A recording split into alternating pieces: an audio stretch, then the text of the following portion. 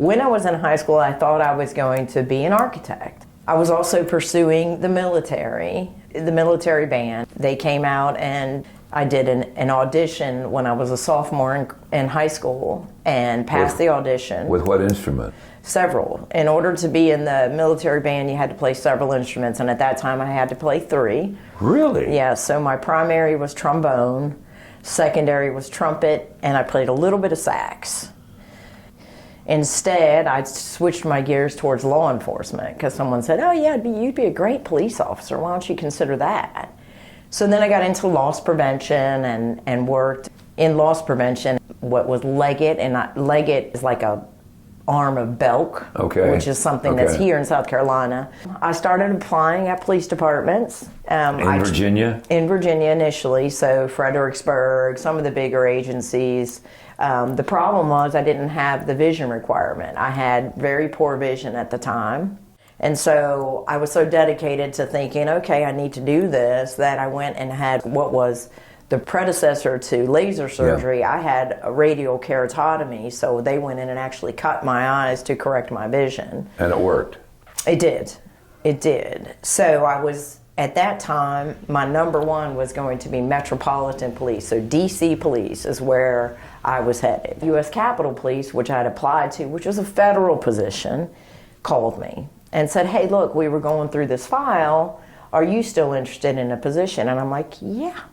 So then I went, boop, U.S. Capitol, for all of the reasons that would set me up. Being a kid that had just had a high school education, fighting for everything, and here's this opportunity. I'm like, I'm going for it. Okay. So that's where I went. So what kind of academy do you go through when you go to do that job? Oh, it's very interesting. You go to Brunswick, Georgia.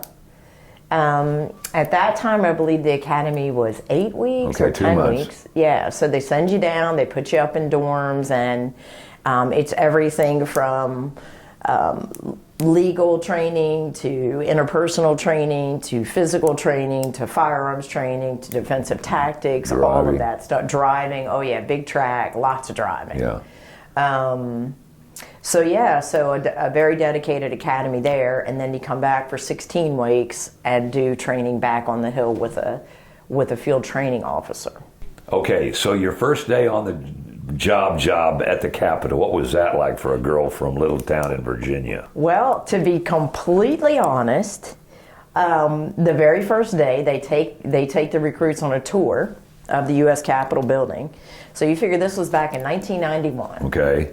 And things were very, very different than they are now. Yeah. And I remember walking into the United States Capitol and into the rotunda and just being in absolute awe and thinking literally in my head of all of the things and all of the history that I was walking into, and now I had to protect that. Yeah. It was a big amount of responsibility for someone. At that time, I was 23, 24 years old. Yeah. Now remember, the United States Capitol Police protects the entire legislative branch of the government. So that includes everything throughout the U.S. The details to the successors of the presidency. We're our own law enforcement nationwide federal agency. Congress and Senate, so 535 of them. Yeah. And any threats, anything that comes in relating to them. Plus the buildings, plus the facilities, and then in their districts, we have a responsibility. So throughout the U.S., let's say a member has a threat on them, or there's a concern, or they need a detail, U.S. Capitol Police goes. Really? Yes. Well, on Capitol Hill, there's a lot of gray area. It's not nearly as black and white as you want it to be. And so I remember early in my career, they said, okay, you stand at this post, at this stairway, and nobody gets through. Got it, sir. Got it, Sarge. Aye, right? Well, it wasn't 10 minutes before somebody came up. Well, do you know who I am? No, but nobody gets through here. Well, then the sergeant said, well, you need to let that person through. Well, you said nobody comes through. It's either one way or the other. So it was one of those things that was like, wait a minute, this is so frustrating. Like, I'm being overridden at every corner. But I had to learn politics. Okay. And learned a lot of grace, a lot of, okay, yes, I was able to do that for this one, but I can't do it for you, and the reason is, and You had to learn that very quickly. And that really was pinnacle for whether or not you were going to be successful in this career or not. Interesting. Being able to maneuver through the politics. Yeah. So I started 3 to 11 shift at the U.S. Capitol building, which was glorious for me. Most people did not want to work in that building because in 1991, the United States Senate, and as the building is set up, the House is on one side and the Senate is on the other. Well, at that time, there were different rules depending on which side of the building you were on. Really? Example, you could smoke on the Senate side, but you could not smoke on the House side. Interesting. So I did get promoted. I got promoted to sergeant in 1997, studied and got promoted and went over to the House office buildings was my first assignment. Yeah. And that was when the shootings at the Capitol occurred, and J.J. Chestnut and John Gibson got shot and killed. But I was a sergeant on the House side at that time, an administrative sergeant, no less, doing office work and paperwork, which was just kind of not my forte. Yeah. But still, I did it. Learned a lot. I did, as a sergeant, worked at the range, so I was the first female firearms instructor for the U.S. Capitol Police. I got promoted to deputy chief. I was the third woman to make that rank of the agency, and I was over Protective Services Bureau. So I was undercover intelligence, classified intelligence, protective services for all the successors to the presidency, Speaker of the House, President Pro Tem. So my job, I was, while not actually technically saying, I was basically the third in command based on the level of responsibility that I had. So I worked directly with the assistant chief and the chief and other intelligence agencies at that time. Aside from protecting the successors, I've been involved with however many inaugurations. President Obama's first was the biggest, and that was what I ran as an inspector at the Capitol. And then the tragic and the last thing that occurred for me before I went over to the visitor center as the deputy CEO over there is the Gifford shooting, Gabby Gifford shooting. Out in Arizona. Yes, and I was already on my way to sort of retire from law enforcement and move over to the visitor center to run that. But that was the last big thing that happened that I had to handle. So how long are you at the visitor center? 3 years. And then what happens? And then I took a position with FEMA. I had a ready response team that had to respond to any disaster within 24 hours. And then I had a crash and burn. What happened? I had to come to grips with the fact that I had an alcohol addiction problem. Okay. And I lost my job.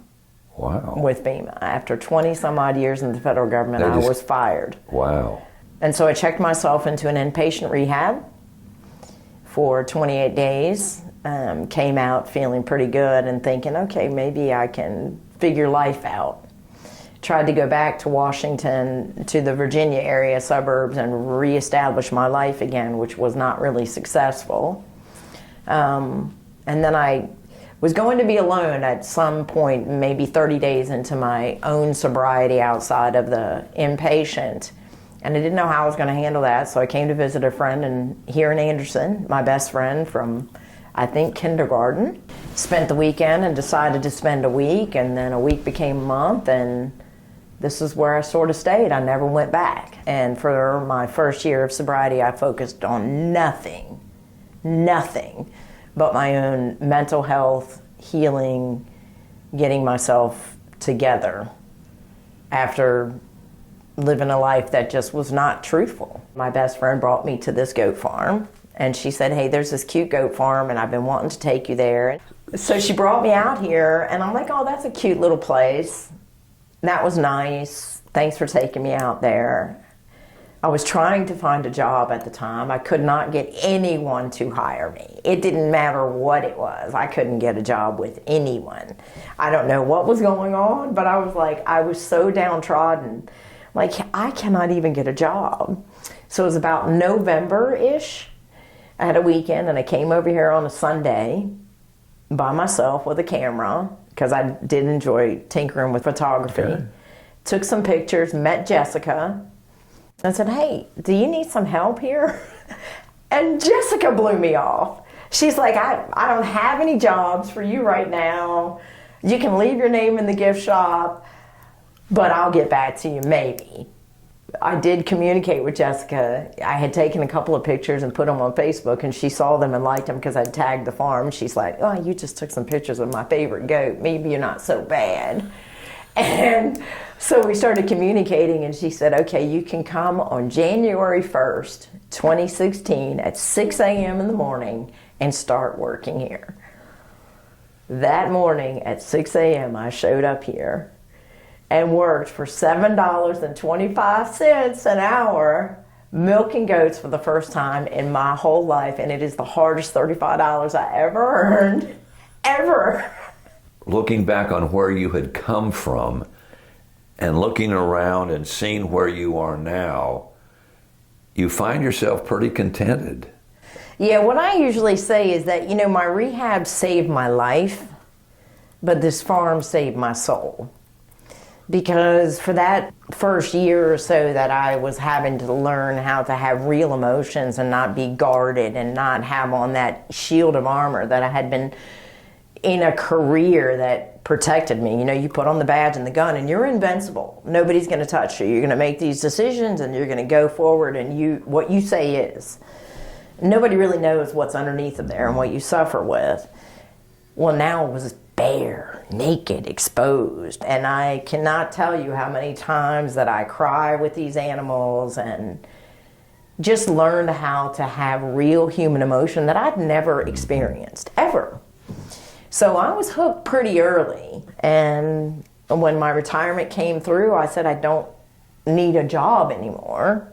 You don't have to pay me that $7.25, and you don't have to give me a smoothie yogurt every day as my raise. I'm just gonna volunteer. I invested in the farm at that point. Monetarily, I got a lump sum retirement, made some contributions to the farm that we needed at the time to kind of get us set, and just started kind of volunteering here. Until we decided, let's be partners and let's own this together. The property itself is 27 acres. And at this point, I think we're around 230 animals total. And in the process, you all have become international winners of your different products. Yes, the feta cheese that we make is number 1 in the United States right now, number 3 in the world. We compete in the World Cheese Championship. And I believe it was in 2019 that I convinced Jessica, hey, look, I think we need to enter this competition. We'd been entering some other ones and doing kind of like, no, Jess, you need to do the world. Yeah. Evan had done the world cheese back under her time, and she'd won first place. That was before goat milk and goat products were a big thing. So she took first place. So we sent it off, and that year I think we finished 7th in the world. In the world, yeah. It's every other year. The next year we moved up a little bit, and most recently, number 1 in the U.S., which is a big deal. Yeah. What fascinates me, Sandra, is you came in here knowing absolutely nothing about a goat. Truth. And now, through your research and your studies and your hard work, you're now a renowned expert. I don't think that. Just look behind you. What you produce here, obviously the is known around the world. You're number 3. Yeah. And it's a pretty amazing thing. It really is. You have a strict breeding allotment that you do every year. That's correct. And I guess it's all done on a computer. A goes to B best, so you put those together. Oh, I wish it was that simple. No, it's not that simple at all. And it is a fascinating thing for me. So, yes, the physical part of it, feeding and milking, all of that. I'm getting older, Paul. What I could do a few years ago when I came on this farm, I can't necessarily do anymore, and I need to respect that. What drives me is education, teaching people. I want to share with people everything about these animals because they're amazing and their contributions to society are amazing. So that's why we have the nonprofit, Goats for Goodness, because we want to develop that. We want to do more with agritourism. But I am fascinated by genetics. I am fascinated by what we can do with goats. We consider ourselves small because to us this is small. Yeah. But we do big things here. I mean, we have the first goat prosthetic. We've done some cutting edge types of things. And while it's ridiculous to think you're a dairy, you've had a mastectomy on a doe who now doesn't give you milk, her genetics are that important to us. So that genetic piece, keeping the Split Creek lines alive that have been here for 40 years is something that we are very dedicated to. It is very rare that we bring in other genetics. We breed our own lines, and we keep breeding them. Sometimes it's great, sometimes not. It doesn't turn out so great, but it's fascinating. We're an extended lactation farm, so we ask these girls to milk for a couple of years because we don't want to put them through kidding. We're seeing the trends of that continue to develop. More goat owners are doing that. The drive for goat milk itself, we cannot keep up with it. We are cheese makers. We make cheese. We don't sell milk. But over time, we are learning we've got to move more into that industry. There is a demand. People need goat milk. You know, I've heard more about people's health issues since I became a goater than I care to know. But, you know, everything from just gastrointestinal issues to behavioral issues and sensitivities with children, allergies, skin issues, you name it. I've heard, oh, I can't live without goat milk. How many times is a goat milked? Twice a day. Just like a cow. Mm-hmm. And the average goat will produce how much milk a day? A gallon.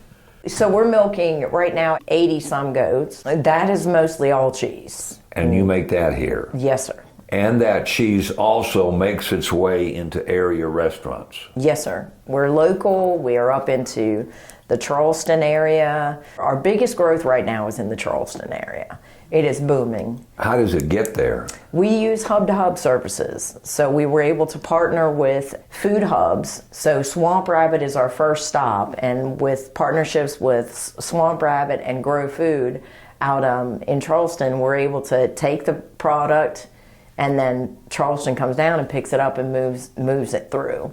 So there's this whole internal sort of distribution, behind the scenes distribution, farm to farm, that sort of helps. We all help each other out, and we're able to get our products where they need to be. You open up the farm several times a year to the public for special events, and people come out and just go bonkers. What is there that you offer them that the public just can't get enough of? Goats. Goats. People lose their mind about goats, baby goats in particular, but they really do. People love this. In fact, I just had a conversation yesterday with someone, and I said, aren't we just so fortunate that this is our life? Like, we know the secret, but people come here for the goats. And the cheese, I mean, yes, that's ancillary, but most people, I mean, people will get out of the car and start crying walking up here. They're just such incredible animals, and we offer an opportunity for people to interact with them, or we think it's our goal to give people a unique experience no matter when they come on this farm. We are completely open to them. There are only a few areas you can't walk into, and that's mostly the cheese processing area. If everything else happens, if a baby is born, a baby's born. We are a working farm. We want people to see it, understand it, and appreciate everything that goes into this.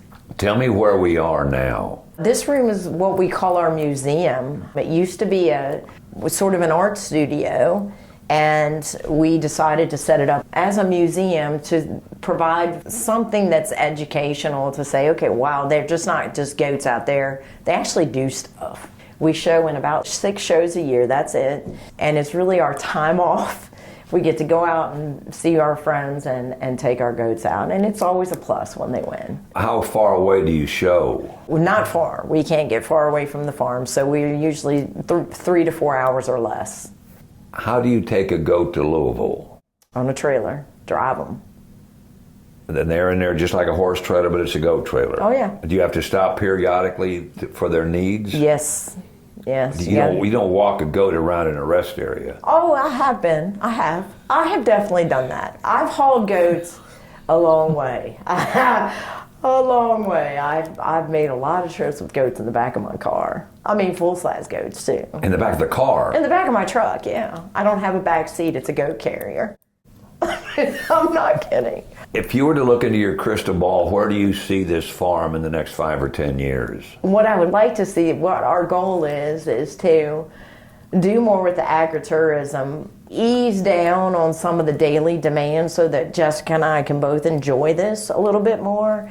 We'd like to do more showing. We'd like to get out. If the pandemic taught us nothing, it's that people really don't know anything about small industry and everything that goes on behind the scenes, even so much as the hub-to-hub service to get our supplies from one place to another. So we'd like to get into that, and we want to breed a better animal so we can have less and still be able to maintain and service our customers.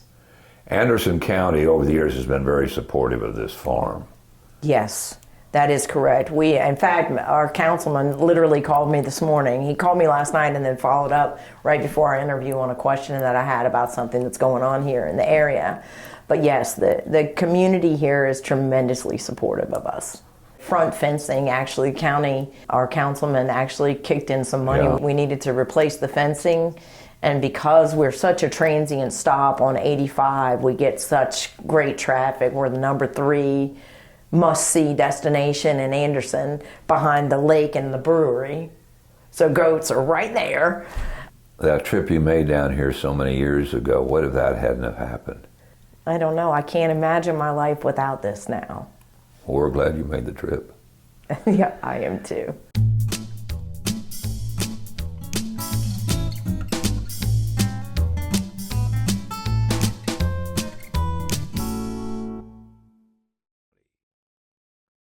Brought to you by the folks at Anderson County.